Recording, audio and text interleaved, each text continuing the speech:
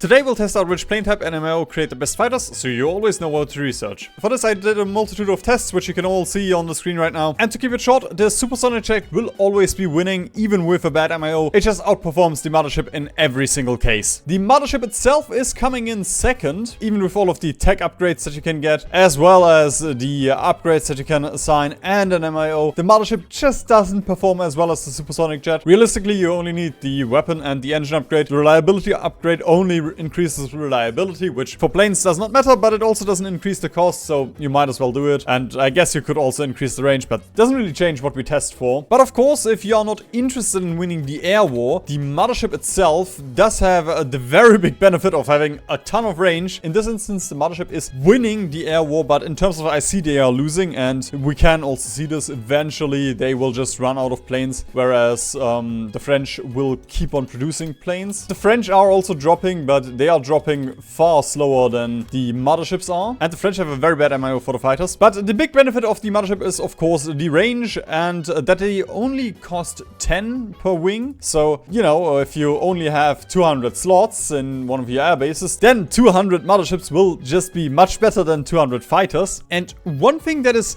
interesting, if you're playing as a nation that does not have access to any MIOs, for example Australia, if they are not going with the UK, and in this case for Australia it would actually be better to run Motherships, because the Motherships without MIOs will out-trade small fighters without MIOs. And for early attack, the Mothership will pretty much always win. Like, this is a 1944 fighter, even with cannon 2s, and they're still trading down. The Mothership does trade slightly up. With the high agility fighter MIO, you might actually be able to beat the Motherships, but you know, they're slightly better than the 1944 fighters with cannon 2s. But as soon as we get modern airframes with a mediocre MIO, the fighters will out-trade in terms of IC the Motherships again, and that is even with the Motherships having all of the upgrades. So once you have modern small airframes and cannon 2s and a decent MIO, you should run fighters again. But this one is very close. I wouldn't really worry too much about it unless you get supersonic jets. Once you have supersonic jets, they are much better than the Motherships. And then I also did some tests with heavy fighters, and the heavy fighters will also just lose to normal small fighters. If you're running 1940 fighters, this should be your template. You can probably use cannons if you get a certain MIO, but at least without MIOs, the cannons are not worth it because of the agility loss, and you only get 2 air attack. But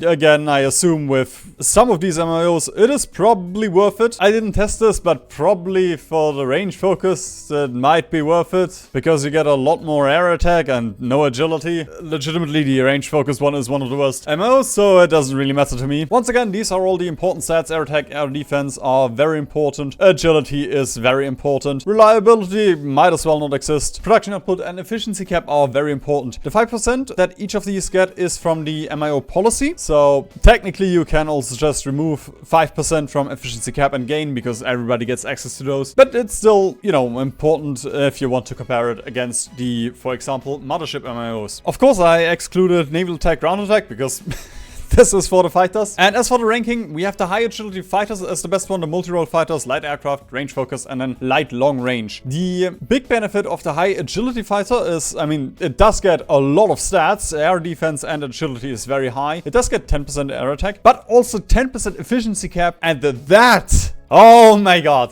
that makes this so much better. Even if multi-role was exactly as strong as the high agility fighter, you would still just out-trade because you would produce 10% more fighters with the high agility MIO. The light long range does have a nice 10% production output, which is very nice, but also doesn't really give you that much stats. But regardless, high agility, if you have it, like if you're the UK, you should pick it. Multi-role is very good, and then the light aircraft designer. And even the very bad MIO in terms of IC still out-trades the Motherships with proper MIOs. And once again, like this one doesn't even use outsourced engines. One thing that's a little bit strange about the Mothership MIO is it seems like the Motherships are getting all of the bonuses from that the Strat bombers get, but not the one from the policy here. Because if we take a look, we can see that it does get the 5% from Avro, so that's fine. But if we switch over to the heavy gantry cranes, this doesn't apply.